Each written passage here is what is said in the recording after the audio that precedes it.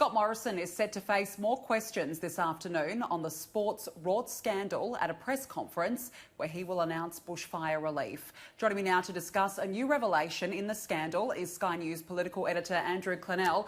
Andrew, what have you learned? Danica, what I've discovered is from two Liberal MPs is that in October or November 2018 there was a meeting at Parliament of a key seats group in which several MPs raised concerns about the program with the Federal Director of the Liberal Party, Andrew Hirst.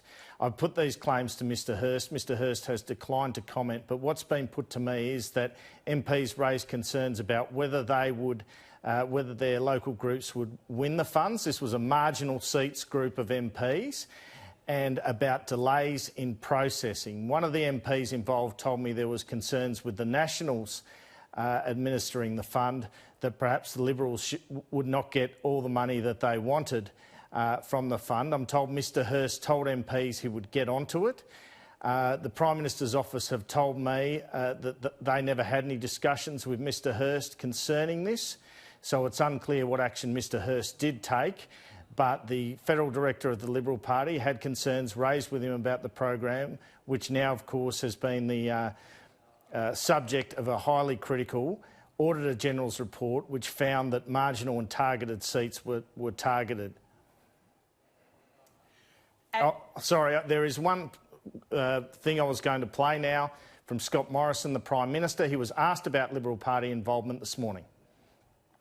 But it looks political. It looks political. Was there any advice taken from campaign strategists or Liberal Party head office?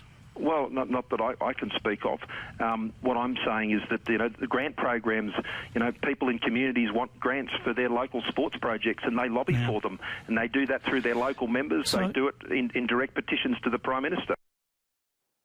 So you hear there the Prime Minister specifically asked if the Liberal Party had any involvement in this, and he said not that I could speak of. So not exactly a denial, Danica. No, it appears that way.